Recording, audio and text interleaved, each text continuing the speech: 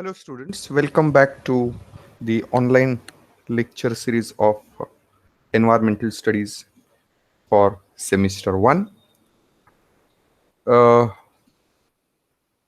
in last couple of lectures, we were discussing various submodules of the second module, which is on natural resources and sustainable development, and we are heading towards the last subtopic of this module. Before we start with the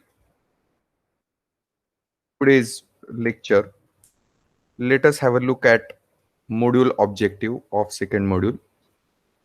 After studying this module, we will be able to learn different types of resources. We will be able to understand the resource utilization pattern, and we also be able to understand threats and solutions towards resource utilization or use. So these are the module objective. We have discussed various problems associated with forest resources and methods of forest conservation in the last lecture. And we have also discussed various environmental problems associated with water resources and methods of water conservation in detail. The lecture which is planned for the day include various problems associated with energy resources, particularly energy crisis, and methods of energy conservation. And we will also have a brief discussion on resource utilization and sustainable development. So let us start. Energy is considered to be engine of economic development. In fact, energy resources provide one of the important energy input in manufacturing industries, commercial activities, and also other economic activities which human beings perform on this planet. Energy is the capacity to perform a physical work is the definition of energy, and it is measured in joules, whereas the power is measured in watt. As far as the energy resources available on the planet Earth is concerned, we can find that there are several sources of energy resources. Some of them have been used since ages now, and some of them have been discovered and invented in past few years as an outcome of advancement in technology in various parts of the world. However, with the growth of industries and with the growth of commercial activities and also service sector, and also with the growing population, the demand for energy resources have also increased by manyfold, and therefore the availability of energy resources for performing various economic activities is an important indicator of economic development today. And therefore, the countries which control and command over large amount of energy resources have considered to be powerful countries these days. However, there are some countries where energy demand is not satisfied due to availability of insufficient or there due to insufficiency in energy resources and over dependence upon the traditional energy resources. So let us try to understand various problems that are associated with energy resources in the world. The first problem that is associated with the energy resources is its reckless use or unwise use. As a matter of fact, that even in the 21st century, if we look at the utilization of energy resources for various economic operations, we can see that in case of India, more than 83% of the conventional energy resources are being used out of the total energy usage. And therefore, the limited resources, which are conventional resources or fund resources, are exploited or have been used as a very at a very faster rate, and therefore there is a fear of getting these resources exhausted in years to come. And that too, the use is very unwise and reckless due to industrialization and various economic operations in the world. And the reckless or unwise and overuse of energy resources, particularly the conventional or traditional energy resources, gives rise to the acute shortage of energy supply in different parts of the world. And the shortage of energy supply is considered to be energy crisis. And the energy crisis is posed by not only by the shortage of energy resources, conventional energy resources, but also due to economic growth and international policies, because most of the energy resources, conventional energy resources, play important role in the international trade. So international trade policies also is responsible for energy crisis in the world. If you look at the electricity supply in rural India nowadays, we find that the rural areas suffer from frequent load shedding as far as the electric supply is concerned, very frequently. And that is the example of energy crisis, because we are expected to make more energy resources available on priority basis for industrial, commercial purposes and also for urban centers.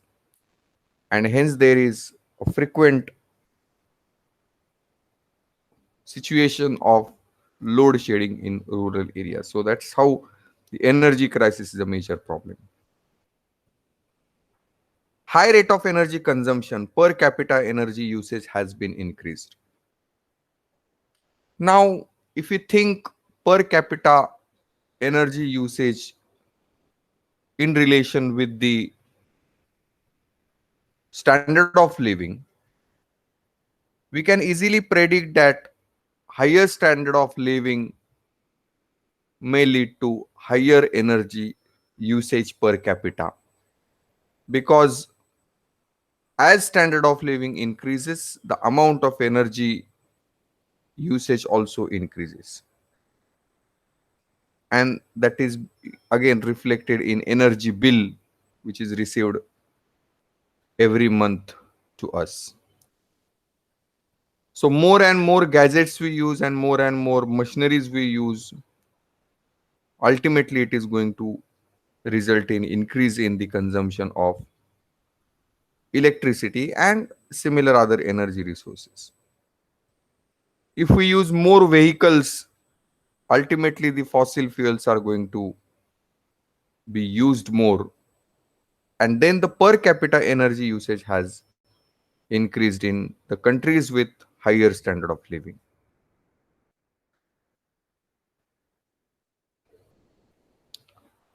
Dependence on non-renewable energy resources is another major problem.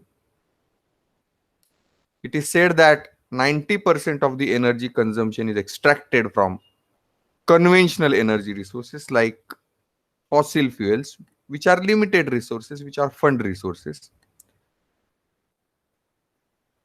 and only 10% of it is extracted from non-conventional energy resources like sunlight, solar energy, wind energy, tidal energy, geothermal energy, and so on.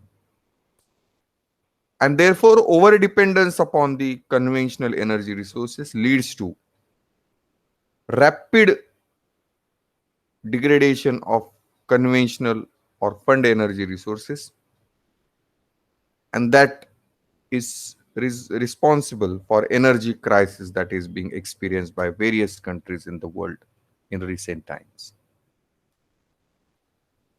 The government policies, particularly the taxation policies and also subsidies, play important role in the energy crisis because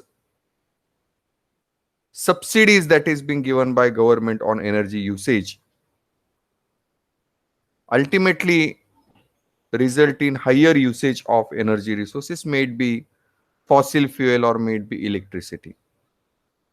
And if you reduce these subsidies at all, then definitely the usage will come under control. But such unfavorable government policies regarding the taxation and subsidies may also result in energy usage. You can just relate this with the very recent example of price hike of petrol and diesel products.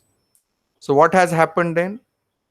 The people who are using two-wheelers or four-wheelers, they have started reducing the usage of their vehicles because the prices of petrol and diesel went on increasing. And if these prices go down, then definitely the usage will increasing. So government policies, subsidies, and taxation policies also has a major role to play in energy utilization and energy crisis as well. Most of the conventional energy resources, particularly the petroleum, coal, and several other fossil fuels, which enter into the international market because their distribution globally is very uneven. And therefore, the trade of such fossil fuels is done either through pipelines or through water transport. And more frequently, if there is an accident to the oil transporting ships, then the oil spill or leakage of oil that takes place in different parts of the ocean, because majority of such product is uh, transported through oceans. And there are few countries wherein the petroleum or crude oil is supplied through pipelines, and leakage in the pipeline is again an important issue which leads to loss of energy resources on a larger scale. And also the distribution system of fossil fuels is always on the target of the terrorist organization, and therefore there is a fear of terrorism also on the availability or on the supply systems of energy resources, and that may further lead to shortage of energy resources.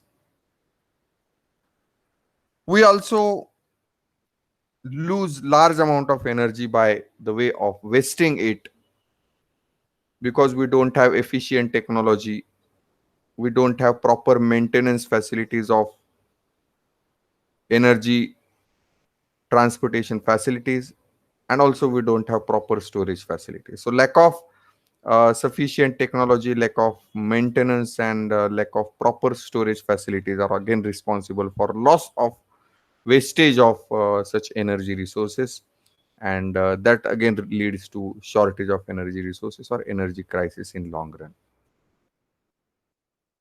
Talk about the energy consumption in India. As I told you, that coal, natural gas, and oil all together, if we talk about here, 56 6% and 29%. So almost 91% of the total energy consumption is extracted from conventional energy resources, which is natural oil, gas, and coal. Whereas a very less amount of energy is being extracted from nuclear, hydropower, and also renewable resources, which total accounts for uh, about 8% of the total energy consumption. So that's how the dependence of energy resource or dependence on the conventional energy resources leads to various problems. Now, if we take into consideration the global patterns of energy consumption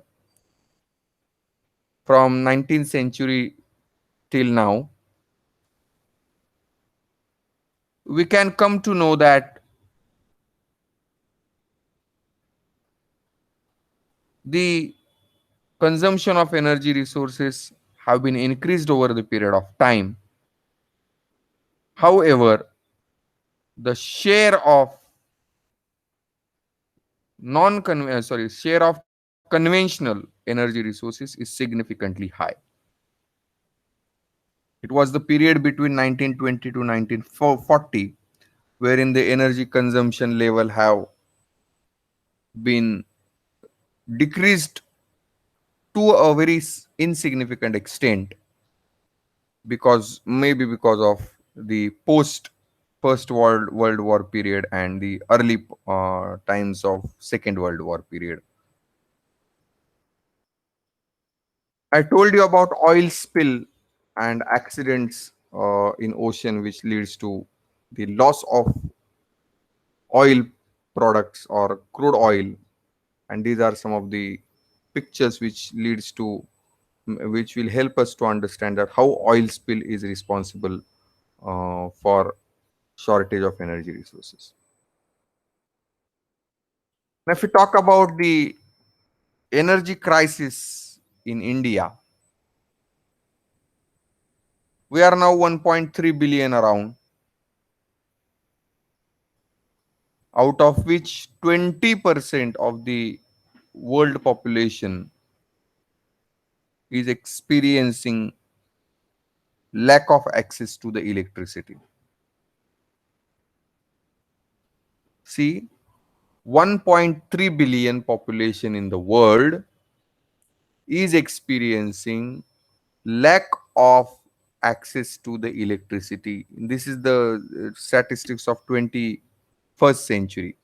Even we are not able to provide electricity supply in copious quantities for all, and therefore 20% of the world population is experiencing shortage of energy resources, particularly the electricity, which is one of the fundamental requirement of energy resources, is being not utilized properly. And out of this 1.3 billion population, 628 million population belong to Asia, and around 590 million population belong to Africa. So Africa and India together account for 1.3 billion population, which leads to which are not getting access to the basic electricity supply they require. As far as India is concerned, 290 million people live in the situation without access to electricity, and India is considered as the largest unelected population in the world. And that is not a matter of pride for us, it is a matter of worry, in fact.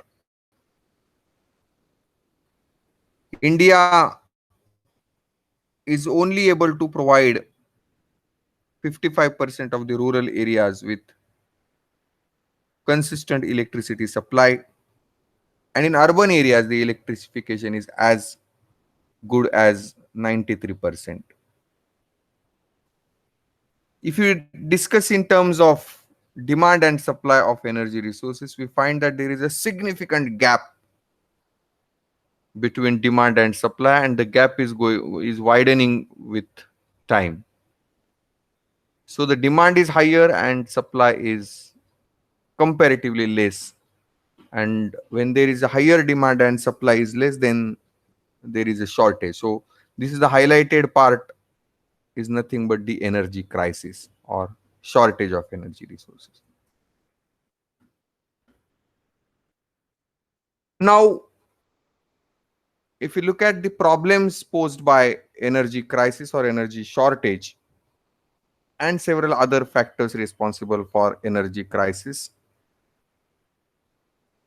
we need to think of important methods which can help us out to reduce the problem of energy crisis and will help to conserve the energy resources. The first method of conservation of energy resources is energy audit. Like we have financial audit, environmental audit, we also have energy audit. So energy audit is nothing but the detailed study or analysis of energy consumption in a particular system or in a particular area, and to provide sustainable solutions for reduction in energy usage. Formulation of energy strategy is another important measures for energy conservation. We have to make a strategy in a way that everyone on this planet in our country will get access to the basic energy resources they require, and the supply should also uninterrupted.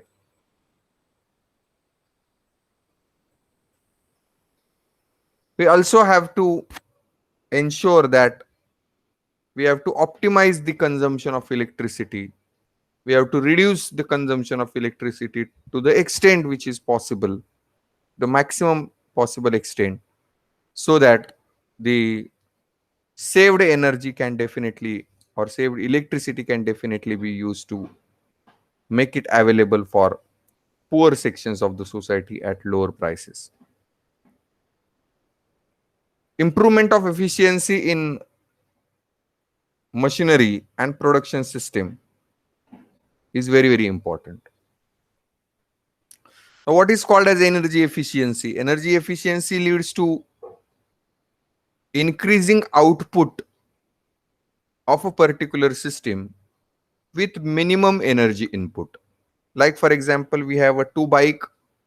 One bike is giving the mileage of 40 kilometer per liter, and one bike is giving the mileage of 70 kilometer per liter. So the one which is giving more mileage per liter is energy efficient system, and therefore we have to make sure that we will develop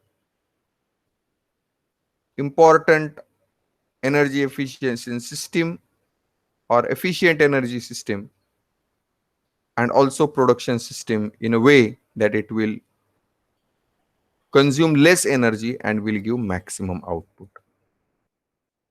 Continuous research and development is required for this, not only to discover the alternate source of energy, but also to apply technological solutions to energy wastage and energy crisis, and also to optimize the use of available energy resources.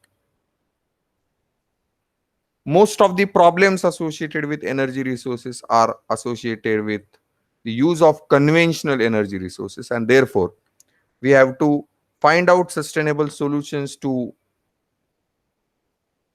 substitute the use of conventional energy resources by using non-conventional energy resources like solar energy, wind energy, geothermal energy, biomass energy, and so on.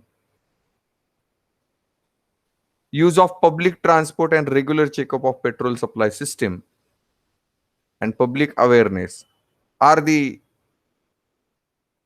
important factors or important efforts that can make people aware about the energy crisis, and also to follow the rules and regulations, and to follow the ways of living by which the energy consumption will be minimized to maximum extent. Some subsidies can also be given to the systems, to the organizations, or to persons who are willing to use non-conventional energy resources,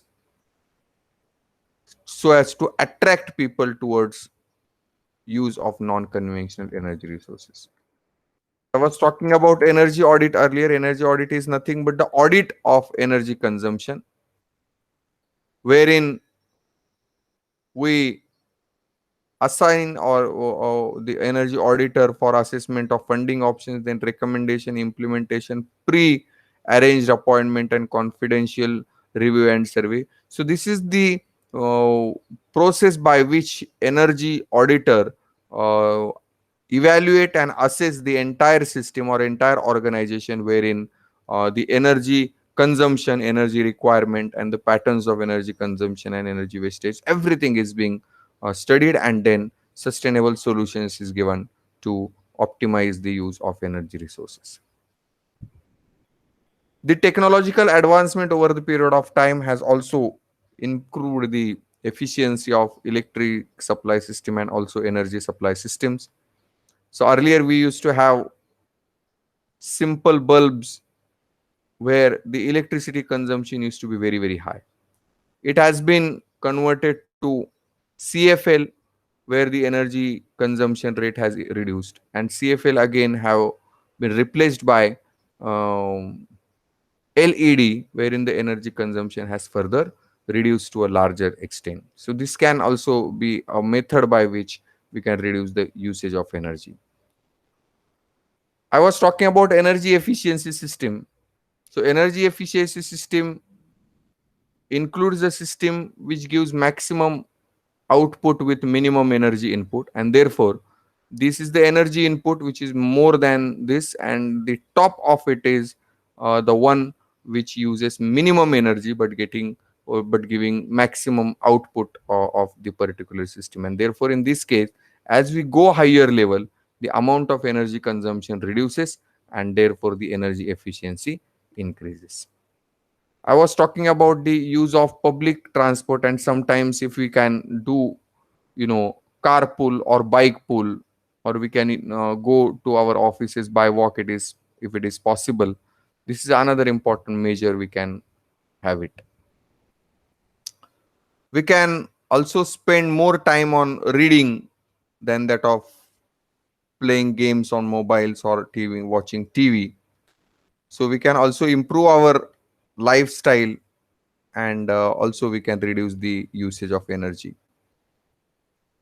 If we talk about the amount of time that American people use for various purpose, if you see that maximum amount of time is used for sleeping, leisure sports, and work related activities accounts for about 8 to 9 hours. And then if we talk about this, that all the activities which are carried out by Americans use maximum amount of energy, wherein the very less amount of time is given for playing or doing physical exercises.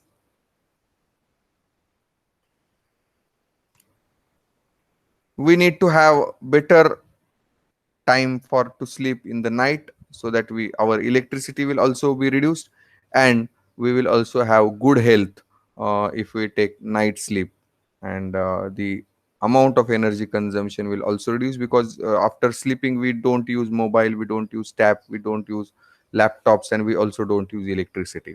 So in this way we can also save energy at one hand, and also we can have a good sound sleep during night time. As far as the building and construction or archaeological, the construction system is concerned, if you use such glasses, big glasses or windows, where wherein sunlight can easily enter to the offices, and there will be no requirement of electricity. Unplug the device whenever they are not in use is a very simple one. We can also reduce the amount of energy consumption by reducing unwanted mails or letters, because even letters, if we consider, or even paper, use of paper and pencil is considered, uh, production of paper will also require more energy. So the resources, if we try to use minimum possible extent, definitely the energy resources will also be reduced to a larger extent. Now, packaging, zero energy balance also needs to be uh, adopted by the practice through minimum energy input and maximum output out of it. So we have to have that part also in our mind. Use of non renewable energy resource, or preference to use non renewable resources, is another important thing. And then we see that energy conservation should give maximum priority. Energy efficiency should also give priority, and renewable energy resources needs to be used. So this is again the pyramid of energy, wherein various methods of energy conservation can be adopted, and this is how the energy saving. So we have to use least amount of conventional energy resources. We have to reduce the emission of greenhouse gases. We have to use more renewable resources. We have to improve energy efficiency, and we have to energy saving. So maximum weightage to be given for energy saving, followed by energy efficiency, followed by use of renewable resources, then reduce the emission of greenhouse gases, and last option is use of conventional energy resources. So utilization and use of conventional energy resources as an input for industrial and various systems should be given least priority, and energy saving or energy conservation should be given maximum priority. The last part of this module is resource utilization and sustainable development. Now, the distribution of population in the world and the availability of natural resources is not equal everywhere. Some countries have more resources and less population, and some countries have less resources with more population size. And therefore, the resource utilization also is associated with the population size and also the standard of living. So per person resource utilization in richer countries or more developed countries is higher, although the population is less. The per person in uh, utilization of resources is higher as response to the improved standard of living. Whereas in poor countries, the utilization of energy resources and other resources per capita is also less. So the utilization patterns of natural resources is considered to be unsustainable, because you have more demand for resources, and you use more natural resources for various purposes, and that leads to over exploitation of natural resources, which leads to various environmental problems. The first impact of overuse of natural resources is degradation of natural resources, loss of natural resources on a larger scale. Besides that, various environmental problems like environmental pollution, then we have global warming, global climate change, loss of biodiversity. These are some of the environmental problems associated with over exploitation of natural resources, and also important natural, quasi natural and man-made hazards also occur due to over exploitation of natural resources. Now this is all about the utilization of natural resources. Now if we talk about sustainable development, the sustainable development is a development which can sustain for a longer period of time, which will take into consideration the importance of environmental quality at one hand, and it will also take into consideration the economic profitability of a particular system. And therefore, the sustainable development is a very important method or very important concept by which we can achieve the eco-friendly or environmental friendly development, and we can also make resources available in copious quantities for the next generations or generations to come. Now, the concept of sustainable development was first introduced in 1972 in Stockholm Conference, followed by Johannesburg Conference in 2002 and Rio de Janeiro in Brazil 2012.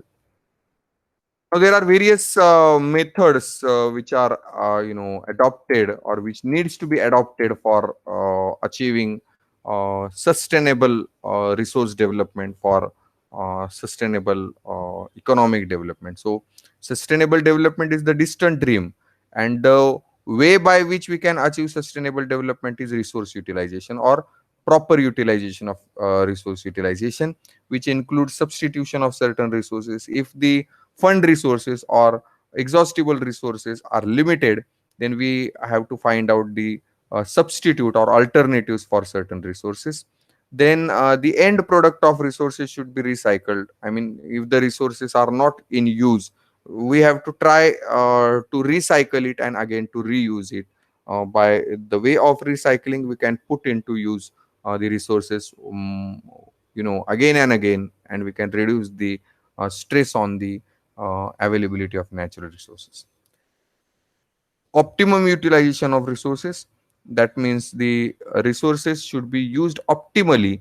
You should not unnecessarily use the resources, you should use it wisely and judicially. Conservation strategies also to be framed by government organizations for preservation of natural resources, followed by international laws, wherein the international cooperation of natural resource conservation methods will be there, and all countries will participate to conserve the resources at global level, because unsustainable resource utilization will lead to not only local or regional problems, but these problems may also be faced by the entire planet. And last is polluters play. Now, polluters pay means what? The country which is causing more pollution have to, give some penalty in financial, in monetary terms to the organization, international organization. And the public participation is expected in resource utilization activities, and so on. What we have done today, we have discussed the various problems associated with energy resources, particularly energy crisis, and various causes and impacts of energy crisis. We have also discussed various methods of energy conservation, and we have also discussed the relationship between resource utilization and sustainable development. So herein we have completed the module number 2. We will meet again with the third module, that is population and environment, in the next lecture. Till then, thank you very much, students. Have a nice time. Thank you.